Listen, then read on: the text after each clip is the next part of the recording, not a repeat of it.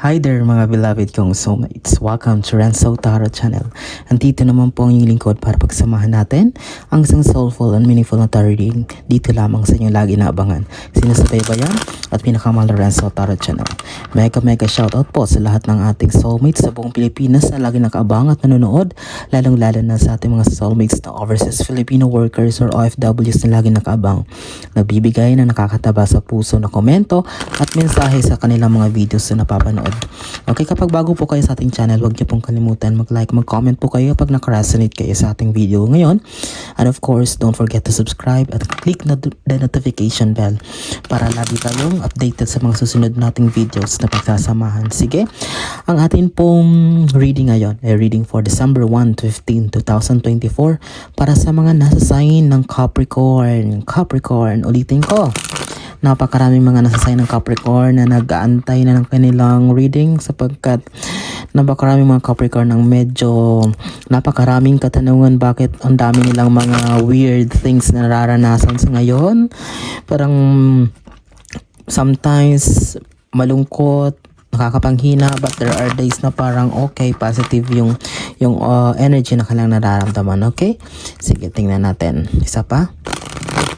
Okay, sige. Let's do it, Capricorn. Spirit Universe, Spirit Guides, Angels, Ancestors, bigyan niyo po kami ng 10 baraha para sa aming December 1 to 15, 2024 reading for Capricorn. Kapag bago po kayo sa ating channel, ang inyong lingkod ay kumukuha ng 10 baraha. Yung siyang i-interpret po natin ang mensahe base sa energy na binibigay sa atin ng universe, okay? Tuloy-tuloy po, dire-diretso natin kukunin yung 10 baraha para hindi na po tayo mag-shuffle. Of course, nadidistract po tayo. Mas maganda po yung nakafocus tayo sa ating reading. Okay, meron na po tayong 3 nakuha na baraha. Ayusin lang natin. And 7 more cards para sa inyong reading, Capricorn. Tuloy natin. Spirit Universe, Spirit Guides, Angels, Ancestors. 7 cards please for our reading for Capricorn. Again, maraming salamat po.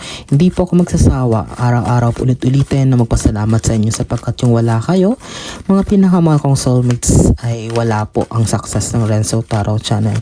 And of course, kayo po ang nagbibigay ng lakas ng loob sa akin, nagpapalakas ng loob ko para magpatuloy sa path na ito sapagkat there are times po, of course, lalo na pag napapagod tayo, ay parang nawawalan din ng gana na mag-reading, mag-video, but naalala ko po kayo na araw-araw nag-aabang ng mga videos natin, and syempre isang araw lang na hindi tayo makapag-upload, parang masisira na yung momentum ng channel natin, okay?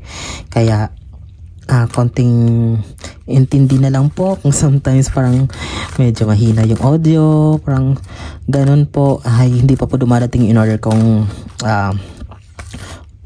microphone, sorry. And so far, I'm looking forward sa mga susunod na weeks ay maging okay na po ang ating videos. But okay naman, di ba? Siguro yung iba lang, pero I will still consider it kasi naka-after po ako sa feedback ng mga viewers ko sapagkat kung wala po kayo, of course hindi rin maayos natin ang di rin ko kayo mabibigyan ng napakagandang reading or content. Sige, pasabilang ko po kompleto na yung 10. Ayusin lang po natin at ilalagay ko po sa gilid, Capricorn, ha? Capricorn is Capricorn, Sun, Moon, Rising, Venus, lahat para sa inyo to. 2, 3, 4, 5, 6, 7, 8, 9, 10. Okay, 10. 1, 2, 3, 4, 5. Ayun po. 5, 6, 7, 8, 9, 10. Okay, let's do it. December 1 to 15, 2024 reading mo, Capricorn. Let's open your first card. Ace of Pentacles. This is hindi ako nagtaka kung bakit ito ay lumabas para sa mga Capricorn. Kasi ulitin ko sa mga previous readings ko, kung aware kayo, today is November 13. There are 6 days left bago mag-exit. Para sa hindi po nakakaalam, ang Pluto, the planet of destruction, transformation, chaos, ay tumambay sa bahay ng mga Capricorn for 16 years. Kaya sa loob ng 16 years, puro ups and downs, ang daming problema, ang daming hardships, hindi makaahon-ahon ng mga Capricorn, ang daming nawala, ang daming mga, basta puro problema.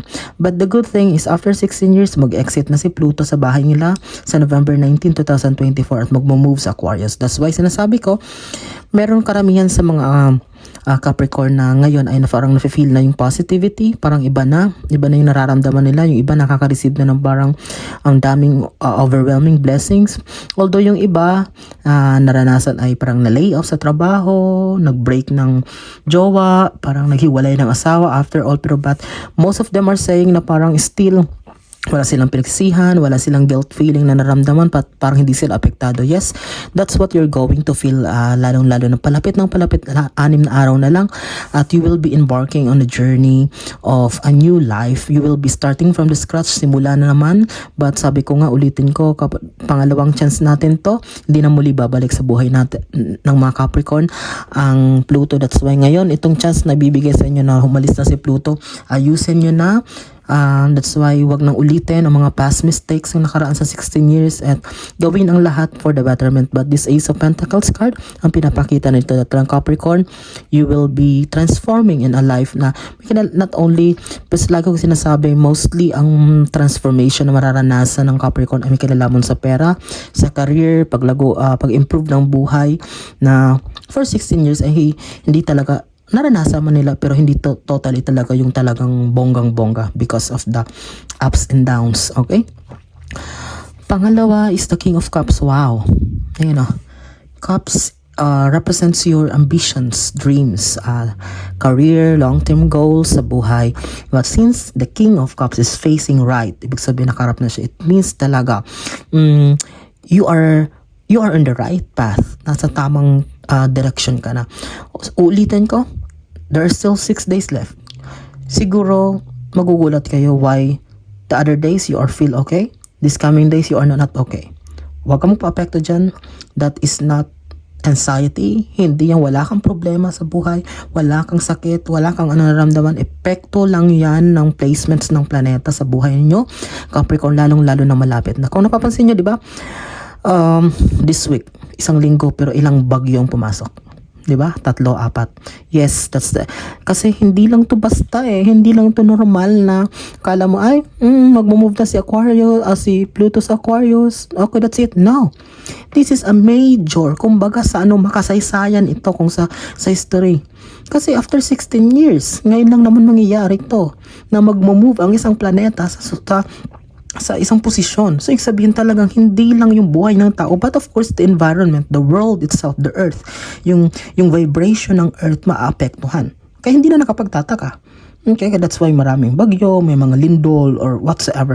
Yes, but this, I can relate this King of Cups. It means talagang, as a king, as a royalty, or as a major arcana, ang ibig sabihin ng hawak mo ang cups, it means that hindi ka lang mabibigyan, hindi ka lang makikilala, Capricorn, hindi mo lang mababawi yung time and yung prosperity na gustong-gusto mo, but you will be sitting in a chair and a throne na talagang kumbaga sinasabi ko nga ay ihanda nyo ang bank account nyo kasi never sa kasaysayan ng buhay nyo sa loob ng 16 years na mararanasan nyo itong blessings na parating na dala nitong pag-exit ni Capricorn sa bahay nyo.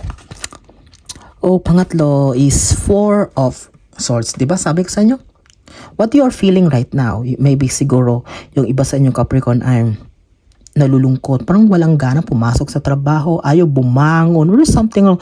Yes, lagi kong sinasabi, just go to the flow. Kung ano nararamdaman niyo, if you want to rest. Okay, itong pinapakita nito. Kasi lately, Capricorn, you feel so anxious. Napakandaming mga tumatakbo sa isipan mo. You are worried about your future. You are all, of course, ito yung lagi mong iniisip. Ano ba? Ang kakinat na nito. Saan bang direction ako papunta? You feel your life is, you are full of uncertainties, walang kasiguraduhan. But dahil sa palapit na itong major astrological happening, lalo na itong pag-exit ni Pluto sa bahay mo. Of course, you need time, to have time to rest. Kung mag-rest, kapag feeling mo okay ka that day, okay, do things, gumawa ka mga gusto kung ginaganahan kang mag-exercise, ginaganahan kang magtrabaho, or ginaganahan kang gumawa ng mga gawain bahay, do it. Pag nakaramdam ka man the next day na parang hindi okay, then magpahinga ka. That's it. Wag na kung ano-ano pang pumapasok sa isipan mo. This card, okay, yan, Four of Swords, just showing that you need rest. Okay? You need to have time to recharge your energies, Capricorn. Okay? Pang-apat is Knight of Pentacles. So, very beautiful card. Facing na naman dito pa. Okay, tama Capricorn, puro facing na dito puro papunta na sa right yung card natin. Ibig sabihin, although 6 days na lang, although hindi sinasabi ko na huwag makumpiyansa, but nafe-feel na natin talaga. Nafe-feel na natin ang unti-unti ang blessings, nafe-feel na ninyo Capricorn ang transformation, ang positive vibration na dala nito. Everything, lalong-lalo na nito. 'Di ba pag night, 'di ba ito yung parang sundalo.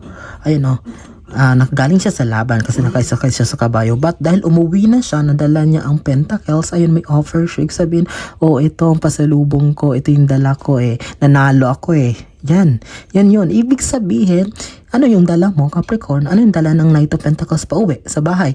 It's money, pentacle, okay? Ibig sabihin, talagang sinasabi ko pa ulit-ulit na more on money. Money ang dalang transformation nitong pag-alis ni Pluto sa bahay niyo after 16 years. That's why pinapakita, hindi napakalinaw ng mga ng mensahe na nais parating ng universe base sa mga baraha.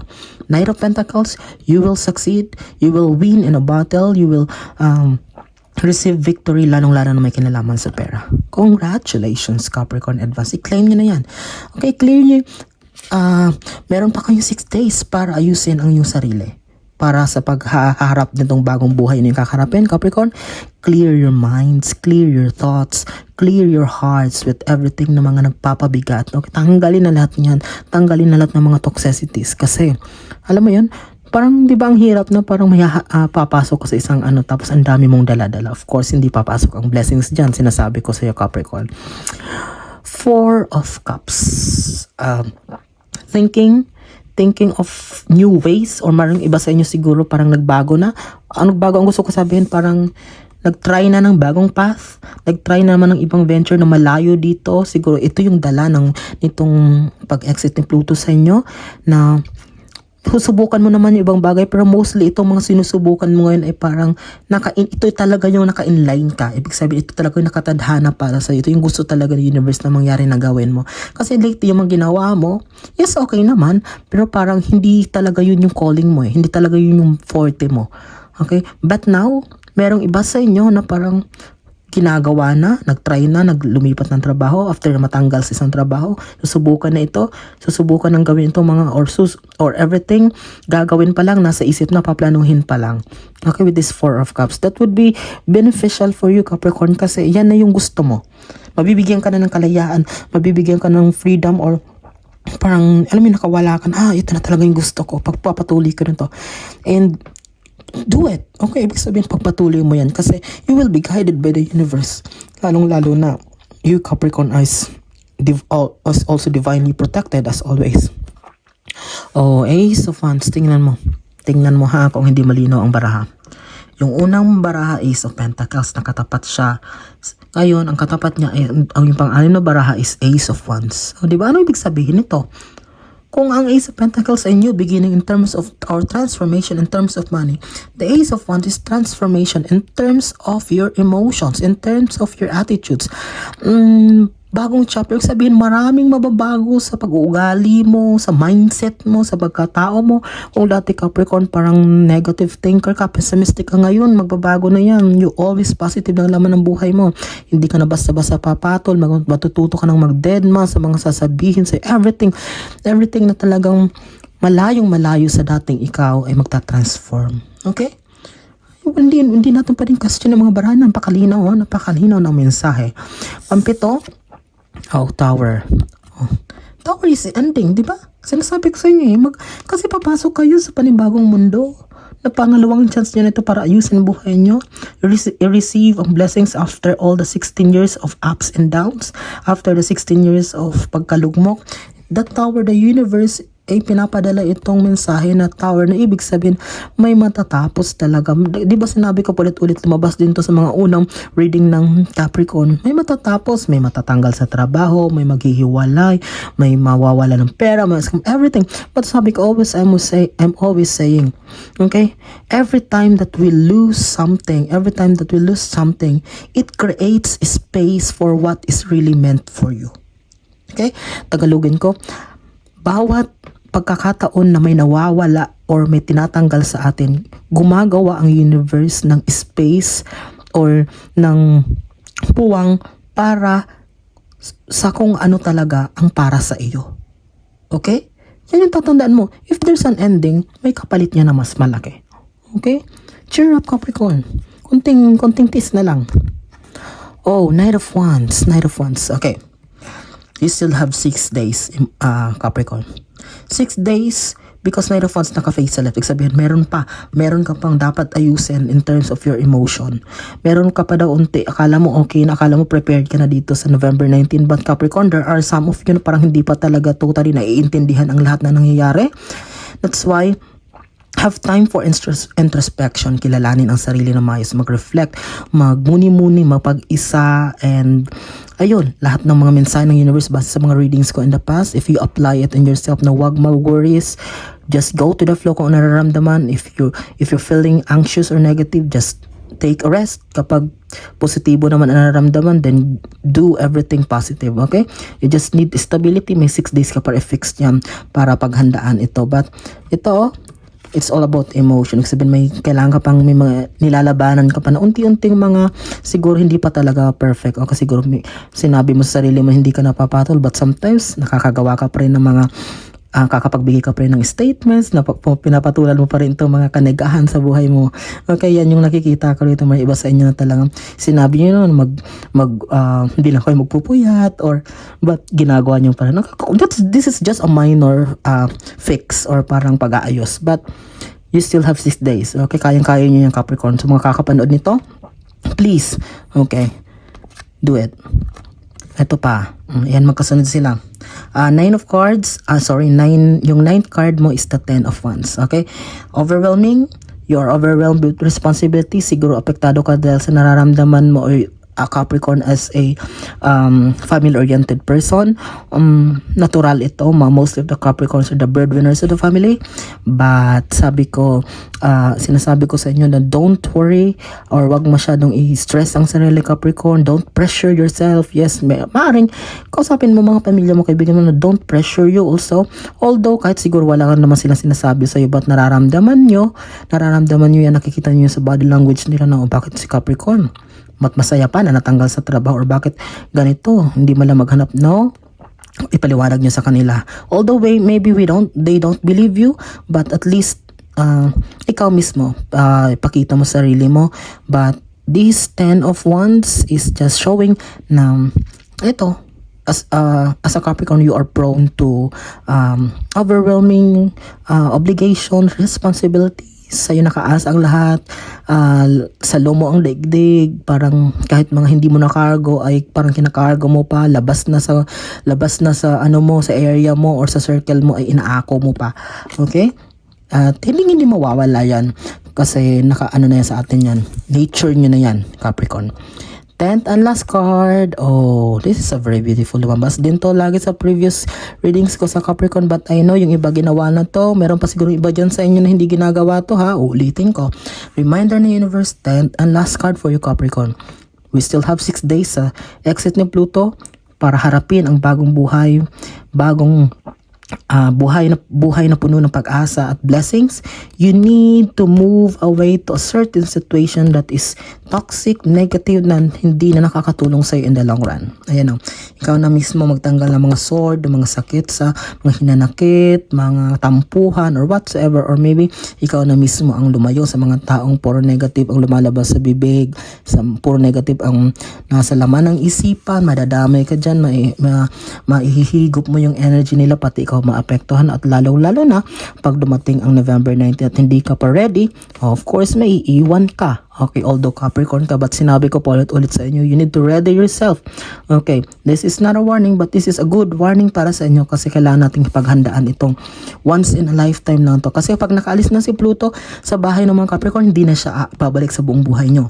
Okay, that's why this is very important. Pangalawang chance niya nito, kaya we will do our best, Capricorn. Ready yourself, okay, but all in all, you are assured of bountiful harvest, blessings, endless blessings, happiness, contentment that you truly deserve na hindi mo naranasan sa loob ng 16 years, okay?